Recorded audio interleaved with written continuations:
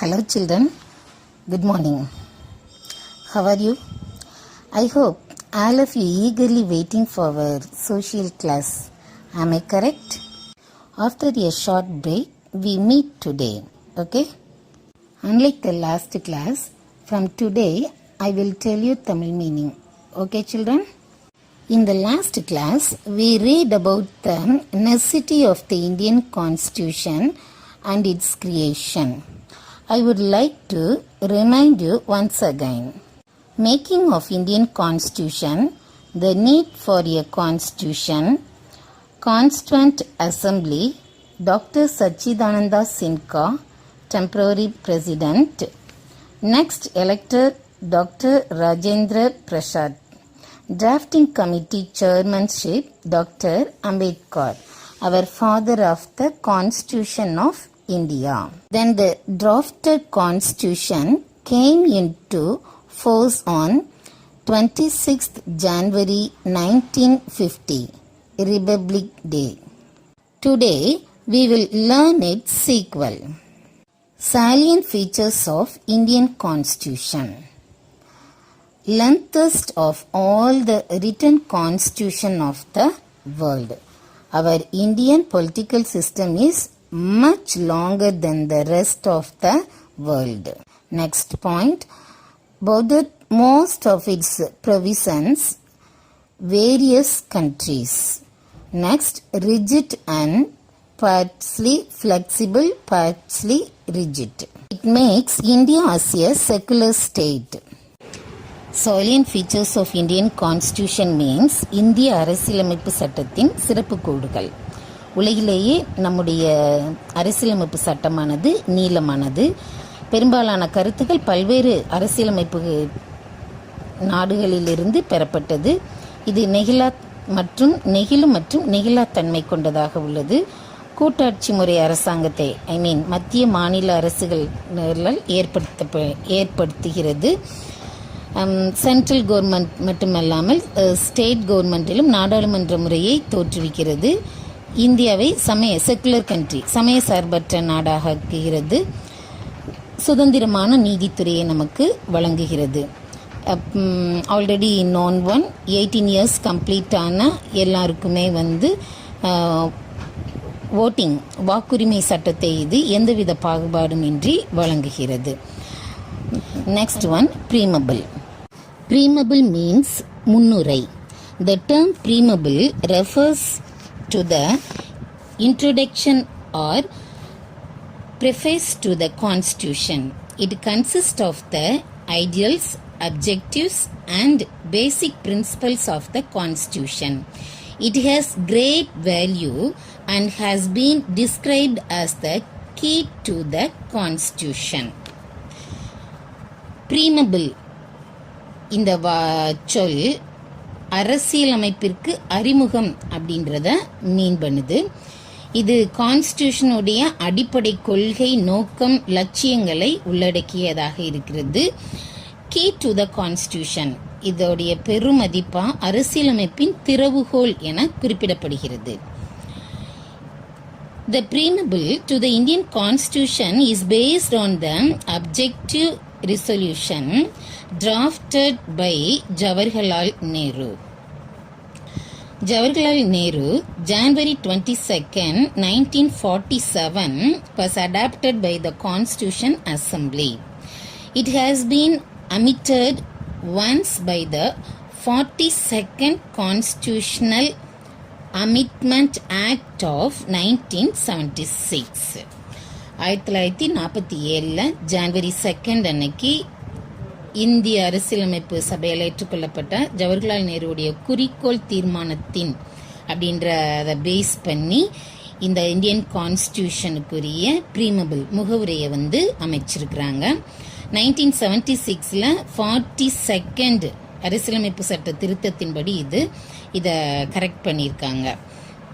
அதில் என்னென்னலாம் இருக்குது அப்படின்னு சொல்லி பார்க்கலாம். Which ordered 3 new words: socialist, secular and integrity.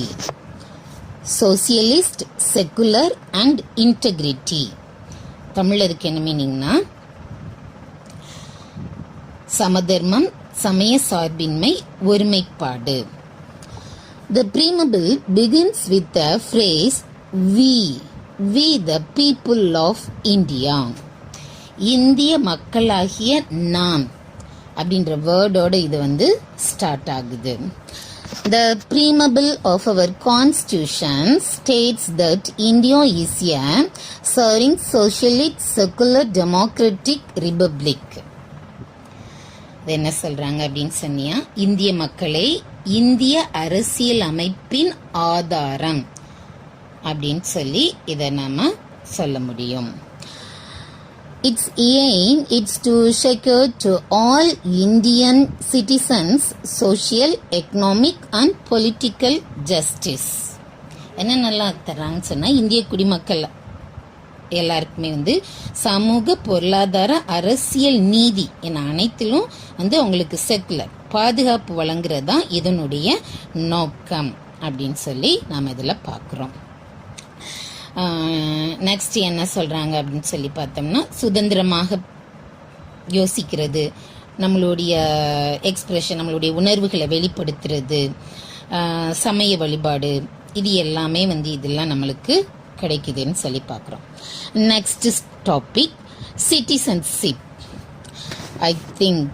I remember one quotation, God made country, man made city.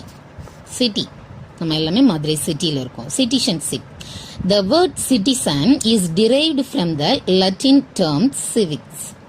It means resident of a city state.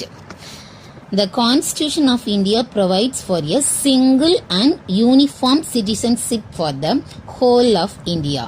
Articles 5 to 11 under Part 2 of the Constitution deals with the citizenship. Citizenship Tamil meaning குடியுரிமை. The citizen word எதிலிருந்து drive பண்ணியிருக்காங்கன்னா, அது ஒரு லட்டின் word, civics அப்படின்றதுல இருந்து கொடுத்துருக்காங்க. நகர அரசியல் வசிப்பவர் அப்படின்றது இதோடைய மீனிங். ஹோல் இந்தியாலையும் ஒரே மாதிரி யூனிஃபார்மாக இருக்கிற ஒற்றை குடியுரிமையை இது நம்மளுக்கு கொடுக்குறாங்க. நம்மளுடைய இந்தியன் கான்ஸ்டியூஷனில் பார்த்தோம் அப்படின்னு சொன்னால், part 2 article 5 2 under part 2 the constitution இந்த சிட்டிசன்ஷிப்பை பற்றி நம்மளுக்கு விளக்கி இருக்கிறாங்க. Citizenship act 1955. The Citizenship Act of 1955 provides for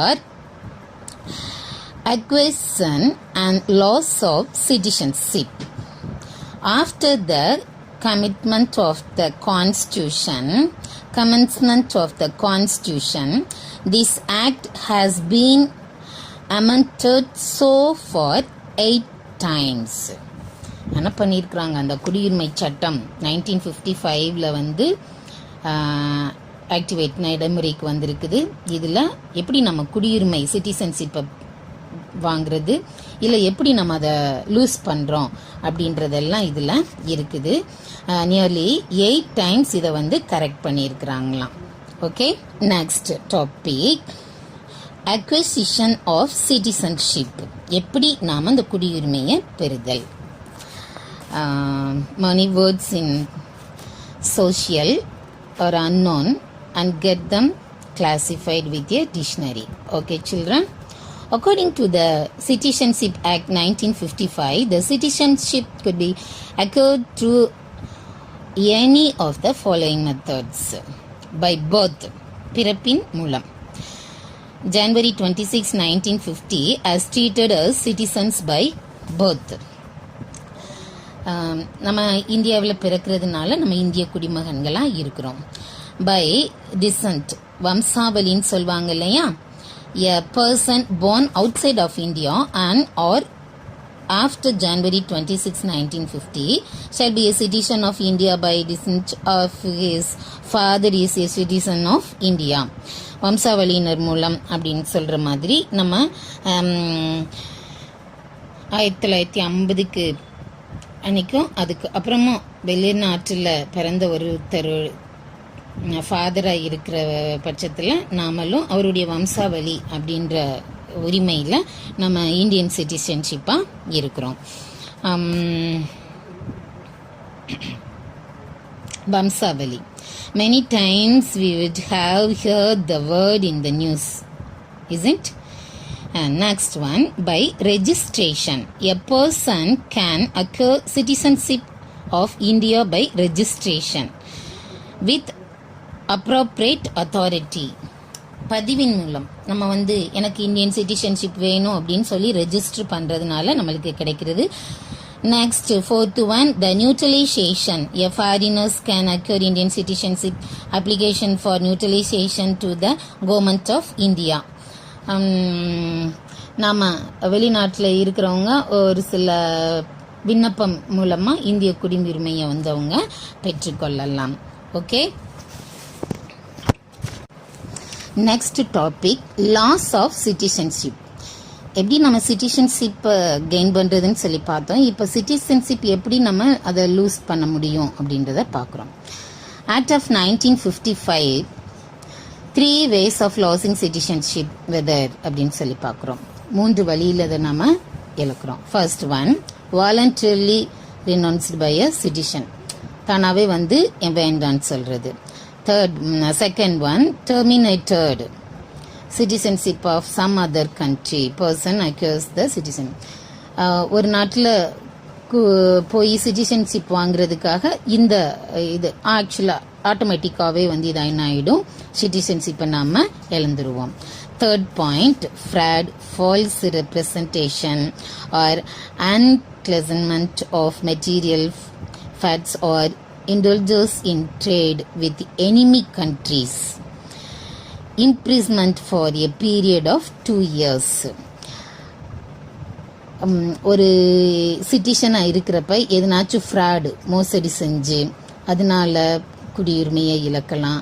இல்லை உண்மையை ஒரு சிலதை மறைச்சி, இல்லைன்னா எனிமி கண்ட்ரீஸ்க்கு ஒரு சில விஷயங்கள வணிகம், ட்ரேட் மார்க்கெட்டிங்ஷிப் இந்த மாதிரி இது பண்ணுறதுனால 2 years அவங்களுக்கு ஜெயில் தண்டனை கொடுக்கறதுனால அவங்களுடைய சிட்டிசன்ஷிப் அவங்க லூஸ் பண்ணலாம்.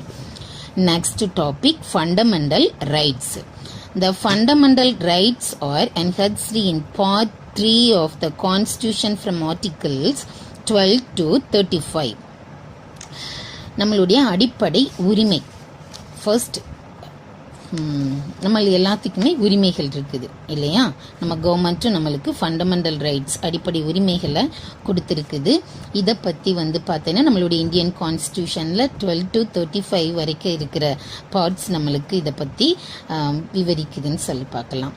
Next one, in the regard, the farmers of the constitution derived inspiration from the Constitution of USA. Originally, the Constitution provided for 7 fundamental rights. At present, there are only 6 fundamental rights.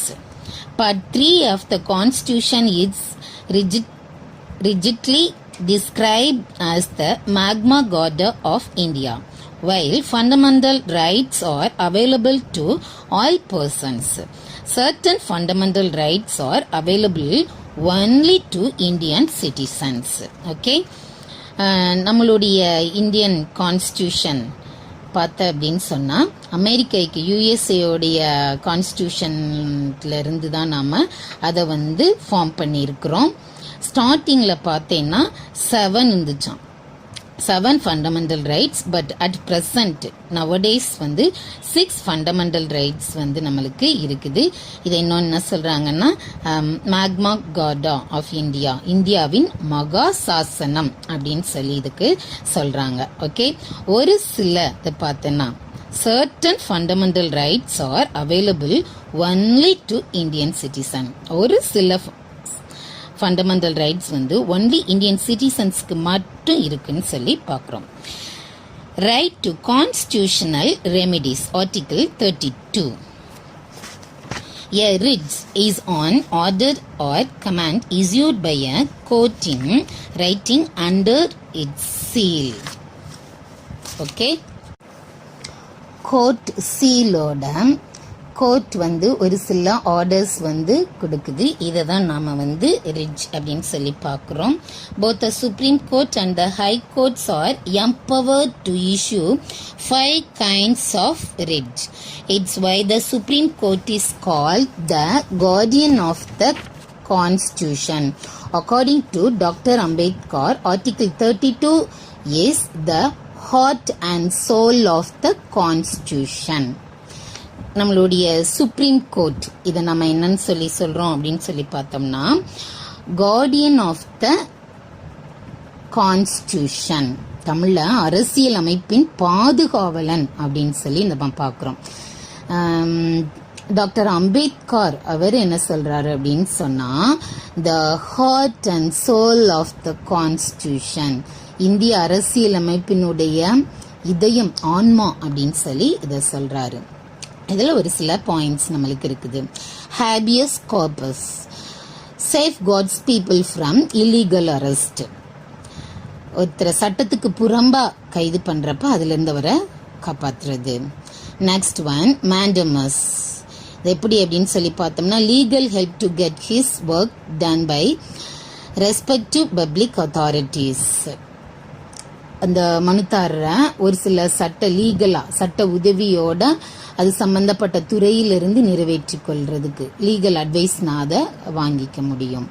Mandamus it protects the பெட்டினைட் of requires legal help to get his work done by respective public authorities. எப்படின்னா அந்த மனு கொடுக்கிறவர் ஒரு சில சட்ட உதவியோட தன்னுடைய பணியினை வந்து சட்ட சம்பந்தப்பட்ட துறையிலிருந்து அதை வந்து ஃபுல்ஃபில் பண்ணிக்க முடியும். நெக்ஸ்ட் ஒன் பார்த்தோம்னா ப்ராகிபிஷன், இது வந்து a subordinate court from acting beyond its jurisdiction. subordinate court வந்து அதோடைய எல்லையை விட்டு தாண்டி செயல்படுறத வந்து அதை ஸ்டாப் பண்ணுது அப்படின்னு சொல்லி பார்க்குறோம். ஓகே, சர்ச்சியோரை என்ன அப்படின்னு சொல்லி பார்த்தோம்னா order issued high court order to subordinate court. High court வந்து சப்பார்டினேட் கோர்ட்டுக்கு ஆர்டர்ஸ் வந்து இஷ்யூட் பண்ணி over by over stepping its jurisdiction அப்படின்னு சொல்லி பார்க்குறோம்.